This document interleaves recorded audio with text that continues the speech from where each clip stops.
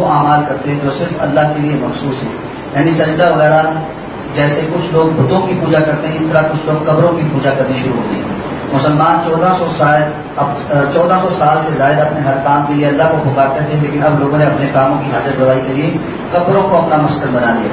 قاری خلیل الرحمان جاوید نے جب عمومی انداز میں اس مسئلے کی طرف توجہ دلائی تو اس کام کے علماء بیوپاری علماء نے فوراً شور مچایا اور پروگرام کے اینکر نے پروگرام کا وہ حصہ کٹ کروا دیا اور کہا کہ ہم قبروں کو نہیں پوچھتے، لیکن مزارات سے رشد و ہدایت اور وہاں سے تمسک برحق ہے اور کوئی اس کی مخالفت نہیں کر سکتا.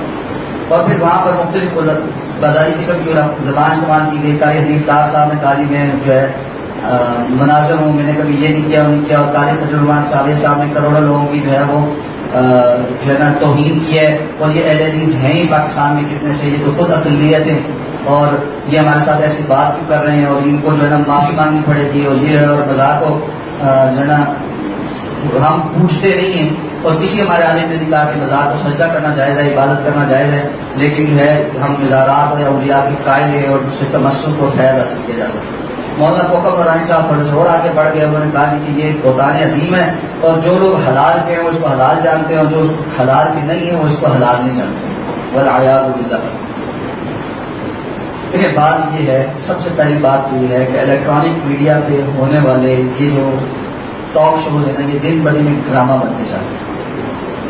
گزشتہ سالوں میں یہ ہوتا تھا کہ کوئی مسئلہ آتا تھا، مختلف علماء سے ایک ایک کر کے ان کی رائے لے لی جاتی تھی اور بات ختم ہو جاتی تھی، آپس میں کراس ٹاک نہیں ہوتی تھی. یہ عامر لیاقت صاحب نے ریٹنگ کرنے کے لیے اور کاروبار کرنے کے لیے ہر دفعہ بنیاد جو ہے نا شوشہ چھوڑا ہوا ہوتا ہے، اور اس دفعہ انہوں نے یہ عالم کے بول کے نام سے جو کام شروع کیا ہے اس میں یہ جو کراس ٹاک کروانا اور پھر خود ہی سے ایک چیز کو ایک تک علماء سے پوچھنے پھر خود جتنے جج بنے ہوئے، یہ سب سے بڑے عالم یہ ہیں جو اس کو راجے کر رہے ہیں کہ یہ راجے کون ہے، اس کو جو ہے لوگوں کے اوپر تھوپنا اور پھر اس میں تالیاں بھی بجوانا اور ایسے جملے لفاظی کرنا، یہ ایک بڑی ہی گھناؤنی قسم کی حرکت ہے جس کی ہم ہر طریقے سے مذمت کرتے ہیں. بات یہ ہے دین کو دین رہنے دیں اور وہ دین کتاب و سنت کا انعام. اس میں رائے پسند ناپسند اکثریت ہم زیادہ ہیں فلانا تھوڑا ہے، یہ باتیں ختم. میں ایک ایک کر کے ان چند باتوں کا جواب دینا چاہتا ہوں. عامر لیاقت صاحب، قاری حنیف ڈار صاحب، مولانا کوکب نورانی صاحب اور ان کے کماش کے بہت سارے لوگ جو یہ کہتے ہیں کہ مزارات رشد و ہدایت اور وہاں سے کا ذریعہ ہے اور تمسک برحق ہے اور کوئی اس کی مخالفت نہیں کر سکتا. میں چیلنج کے ساتھ کہتا ہوں کہ رسول اللہ صلی اللہ علیہ وسلم کی احادیث دکھاتا ہوں کہ اللہ کے رسول صلی اللہ علیہ وسلم نے ایسا کرنے سے منع بھی کیا اور مخالفت بھی کی. اللہ کے رسول صلی اللہ علیہ وسلم کی حدیث صحابہ کہتے ہیں نہا رسول اللہ صلی اللہ علیہ وسلم ان یجسف القبر وان یبنى علیہ.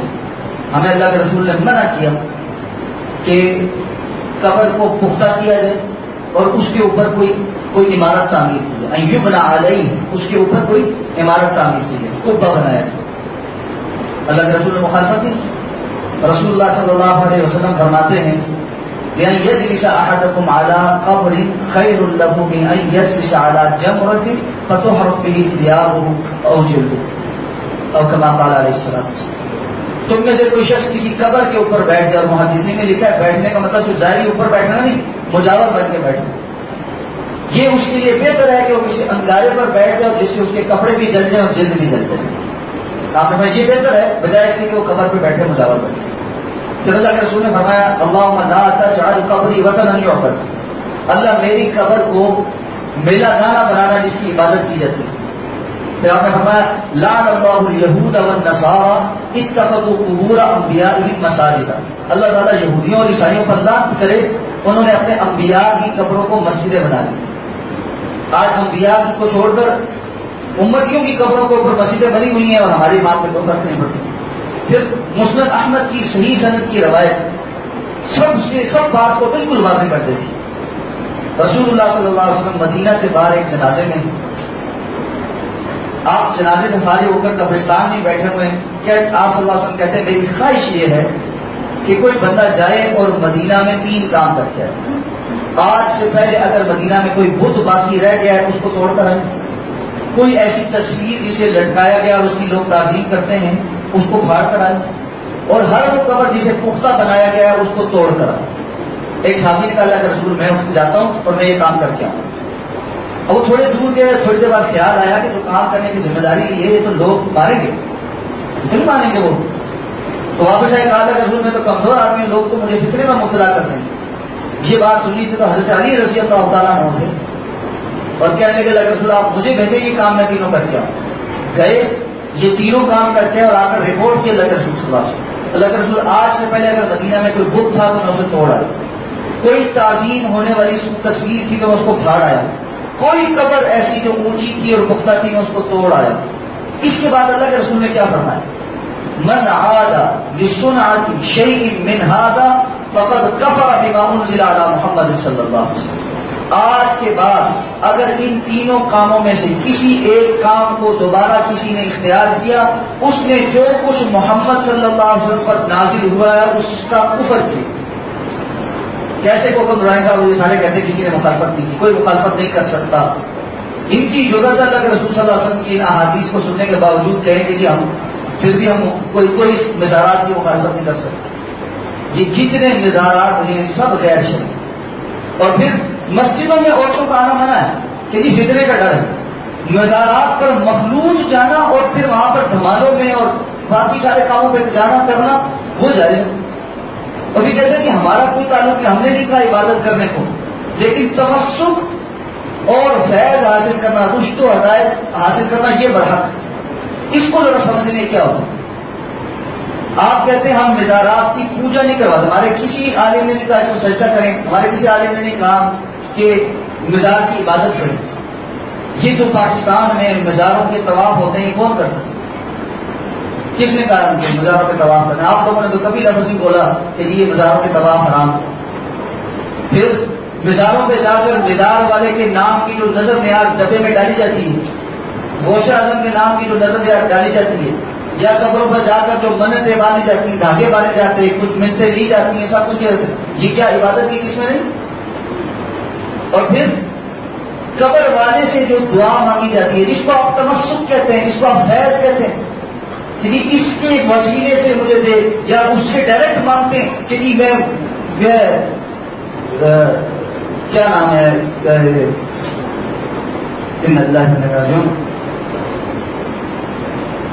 باقاعدہ ان کے الفاظ موجود ہیں کہ غوث اعظم مدد یا غوث ادریکلی اغیثلی، مجھے پالیں، میری مدد کریں، یہ اللہ کو چھوڑ کر ان کو ڈائریکٹ پکارنا اور عبادت کرنا کیا؟ اللہ تعالیٰ نے قرآن مجید میں سورہ فاتحہ میں اس بات کو واضح کر دیا تھا، ایاک نعبد و ایاک نستعین، اللہ ہم صرف آپ کی عبادت کرتے ہیں، اور پھر عبادات میں سے بھی استعانت طلب کرنے کو واضح کیا جائے، اللہ ہم صرف آپ سے مدد طلب کرتے اور کسی سے نہیں مدد طلب کرتے۔ کیوں؟ یہ عقیدہ تو مشرکین مکہ کا تھا اور قرآن نے بیان کیا ہے، ما نعبدهم الا ليقربونا الى الله زلفى، ہم نے یہ جو بت بنا کر کے ہم ان کی عبادت تھوڑی کرتے ہیں، ہم تو ان تک اپنی بات پہنچاتے ہیں، یہ پہنچاتے ہماری بات اللہ کو ہی ہے، عبادت ہم اللہ کی کرتے ہیں، ان کے ذریعے سے کرتے ہیں، ہماری ان تک، ان کی اوپر تک، ان کو یہ اختیارات حاصل ہے اللہ کی طرف سے کہ یہ فلاں فلاں یہ سب کرتے ہیں۔ اور کسی پروگرام میں ایک اور جگہ کسی نے پوچھا تھا کہ یہ کتب ابدال غوث یہ کیا ہوتا ہے، تو مولانا کوکر نورانی صاحب نے کہا تھا کہ دنیا میں اللہ نے تقسیم کر رکھی ہے اور اپنے بندوں کو دنیا تقسیم کر کے دے دی ہے، کوئی کتب ہوتا ہے، کوئی ابدال ہوتا ہے، کوئی غوث ہوتا ہے، اور بارشیں بھی ان کی وجہ سے نازل ہوتی ہیں اور رزق بھی ان کی وجہ سے دیے جاتے ہیں اور فلاں فلاں۔ اور قرآن واضح طور پر بتا رہا ہے کہ بارش نازل کرنا، رزق دینا، حالتیں بگڑیاں بنانا، سنوارنا، نفع نقصان کا مالک صرف اللہ کی ذات۔ تو میرے بھائی اور عبادت کس کو کہتے ہیں؟ اگر آپ صرف نماز پڑھنے کو عبادت کہتے ہیں تو پھر ایسی عبادت کرنے کا تو مشرکین مکہ کے تیار تھے، وہ بھی رسول اللہ صلی اللہ علیہ وسلم کو کہتے تھے کہ ٹھیک ہے ہم آپ کے اللہ کو مان لیتے ہیں، آپ ہمارے بتوں کو مان لیں، ایک سال آپ ہمارے ہم آپ کی اللہ کی عبادت کرتے ہیں، ایک سال آپ ہمارے بتوں کی عبادت کریں۔ اگر یہ سب رل مل کے چلنا ہے تو پھر تو رسول اللہ صلی اللہ علیہ وسلم کا مشرکین مکہ سے اختلاف کیا تھا؟ اس لیے اس معاملے میں وضاحت کے ساتھ یہ بات سمجھ لیں، اس قسم کی گمراہیوں میں مت پڑیں، یہ سب صراحتاً گمراہ کن بات ہے۔ اچھا اب یہ بات کرنا چاہیے حدیث ہیں کتنے سے، تم ہو کتنے سے اور ہمیں یہ بات کہتے ہو؟ بات یہ ہے ابراہیم علیہ السلام اکیلے بندے تھے، نمرود اور اس کی ساری فوج اکٹھی تھی، اور یہ دلیل ان کی بھی تھی کہ ہم سارے اتنے کہہ رہے ہیں اور تم اکیلے بندے یہ بات کہتے ہو، تو ہماری تو پھر تعداد زیادہ، اگر ہم ایک بھی بندہ یہ بات کہہ رہا ہوگا تو اللہ کے نزدیک کوئی حق بات ہے۔ اب پھر بات یہ ہے، قرآن کہتا ہے اکثر لا یعقلون، اکثریت تو نہیں رکھتی، پھر میں وہی بات ہو رہا، اکثریت دلیل نہیں ہوتی کسی چیز کی، کتاب و سنت دلیل ہوتی ہے۔ آپ کروڑوں ہوں کے بجائے اربوں ہوں، اور وہ سارے ارب اللہ رب العزت کے دین کی مخالفت کریں، اور اس بات پر مجھے لوگ چونکہ ہم زیادہ ہیں اس لیے صحیح ہیں، تو پھر ہم سے جو عیسائی زیادہ ہیں وہ صحیح ہوئے، دنیا میں سب سے زیادہ عیسائی ہیں، پھر وہ مسلمانوں کے مقابلے میں صحیح ہے کیونکہ وہ زیادہ ہے، یہ تو کوئی طرز عمل نہیں ہوا۔ اور دوسری بات اس میں یہ دھمکی پوشیدہ ہوتی ہے، ہم زیادہ ہیں، ہم تمہیں دیکھ لیں گے، اصل بات وہ کہہ نہیں سکتے نا منہ سے، اندر یہ بات ہے، وما تخفی صدورہم اکبر، جو ان کے دلوں میں چھپا ہوا اس سے بہت بڑا ہے جو وہ زبانوں سے کہتے ہیں۔ تو بات یہ ہے بھائی، اس دین کی خاطر، اللہ کی توحید کی خاطر ہم میں سے کسی کی جان چلی جائے، کچھ بھی چلا جائے، اس سے آسان سودا کوئی نہیں۔ یہ توحید تو بیان ہوتی رہے گی انشاءاللہ العزیز، اور قیامت تک ہوتی رہے گی، اور ٹنکی کی چوٹ پہ ہوتی رہے گی۔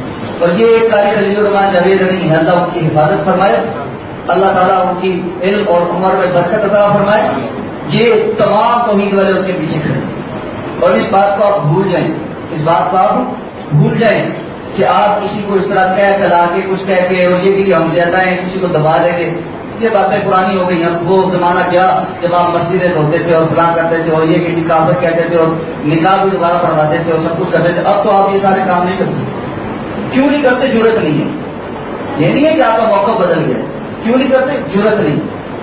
اور اب الحمدللہ لوگ بھی سمجھدار ہو، اور ابھی تازہ کچھ مثالیں میرے خیال میں گزری بھی ہیں کہ مزارات پہ کیا کچھ ہوتا ہے۔ وہ ایک بابا جو مردوں کو تھپڑ لگاتا تھا اور عورتوں کو گلے لگاتا تھا، وہ بھی کسی مزار کا ہی متولی تھا، اور وہ مزار جس پہ ابھی لوگوں کو ڈنڈے مار مار کے ہلاک کر دیا گیا، اور بعد میں پیر صاحب کہتے ہیں میں زندہ بھی کر دوں گا، وہ بھی ایک مزار ہی تھا، اور اس کے بھی تقدس کے لوگ قائم ہیں۔ کل وہ مر جائے گا تو اس کا اور زیادہ بڑا مزار بن جائے گا، اور وہ مزار جہاں پر ایک کشمہ جو ہے وہ سرکار ہے، اور لوگ اس کی گندگی والا پانی جو ہے وہ پیتے ہیں، اور بہت سارے اس قسم کی مثالیں موجود ہیں۔ قدروں کے مزار چھوڑ کے بڑی بڑی چیزوں کے مزار میں یہاں بیان کروں، سچی بات ہے زبان اجازت نہیں دیتی، ایسے بھی زبان اجازت نہیں دیتی، واقعہ در پاکستان میں موجود ہے۔ آپ ملتان والی سائڈ میں جب نکل جائیں آپ کو عجیب عجیب قسم کی مزار ملیں، اس قسم کا کام۔ اور میں آپ کو بڑا آسان سا ایک طریقہ بتاتا ہوں، ان سارے مزارات والوں کو اگر اتنے الہیت کے پیچھے یہ کام کرتے ہیں نا، ایک کام صرف کریں، پھر میں دیکھتا ہوں کوئی مزار پر بیٹھتا ہے، کون آتا ہے اور کیا ہوتا ہے۔ ہر مزار پر موجود چندہ باکس ختم کرتے ہیں، بس ایک کام، کچھ اور ایک کام۔ مجھے دنیا کا کوئی یہ پاکستان میں اور پوری دنیا میں بھی کوئی مزار دکھائے جائے چندے کا باکس نہیں، اور یہ نظر نیاز بھی قبول کرتے ہیں۔ اور جتنے مزار ہیں آج یہ کہیں کہ ہم صرف دین کی خاطر للہیت کے لیے یہ کام کرتے ہیں، یہ چندے کے باکس اٹھانے واسطے۔ اس ایک کام پہ تیار ہو جائیں، سب کو سمجھ آ جائے گی کون سا کام کتنی للہیت سے ہو۔ سچ میں بند کر دے بالکل کہ جی آئندہ مزار پہ کوئی پیسے نہیں دے، بس پھر پتہ چل جائے گا کون کتنی تعداد میں اور کون کتنا جو ہے وہ اس کے لیے لڑتا اور مرتا ہے۔ یہ اصل بات سارا ٹھیکہ اس کا، اصل مسئلہ سارے اس کے، اور بہت ساری اس کی مثالیں بھی موجود ہیں کہ کہاں کب لڑائیاں ہوتی ہیں، اور خود مجاوروں میں کتنی لڑائیاں ہوتی ہیں، اور کیسے کیسے معاملات چلتے ہیں، اور کیسے بندر بانٹ ہوتے ہیں۔ تو یہ اس چیز کا دین سے کوئی تعلق نہیں، یہ صراحت کے ساتھ کفر اور شرک کے اڈے ہیں۔ ہاں اس سے کوئی یہ بندہ یہ نہ کہ کل چونکہ میڈیا کا دور ہے، ریکارڈ نہیں ہو رہا ہے کہ جی یہ ہم نے فتویٰ دیا جی اس کو تباہ کر دیں، بم سے اڑا دیں، خود کچھ حملہ کر دیں، یہ کرتے ایسی کوئی بات نہیں۔ اگر کوئی شخص اس قسم کی کسی شرک میں مبتلا ہے، ہم اس کو سمجھائیں، ہم اس کو دعوت دیں گے، لیکن اس کو کافر یا مشرک کہہ کر قتل کرنا یا یہ کرنا یہ ہماری ذمہ داری نہیں۔ ہمارا کام اس کو دعوت دینا، صحیح بات پہنچانا ہے۔ جو قبول کرے گا وہ اس کی آخرت سمجھے گی، جو نہیں قبول کرتا اس کا معاملہ اللہ کے ساتھ ہے۔ اور ہم اس بات کے مکلف نہیں ہیں کہ نہ کسی کو ضرور جہنم میں پہنچے، ہم اس بات کے مکلف ہیں کوشش کریں جنت میں آ جائیں۔ تو ہم اس سے کوئی بتا، کیونکہ یہ فوراً گھڑ لیتے بات، اس کا مطلب ہے کہ آپ یہ کہہ رہے ہیں کہ یہ ہے یہ ہے یہ ہے اور فلاں فلاں، ایسی کوئی بات نہیں۔ رسول اللہ صلی اللہ علیہ وسلم کا عمل یہ ہے، آپ کے صحابہ کا عمل یہ ہے، ہمارا موقف یہ ہے۔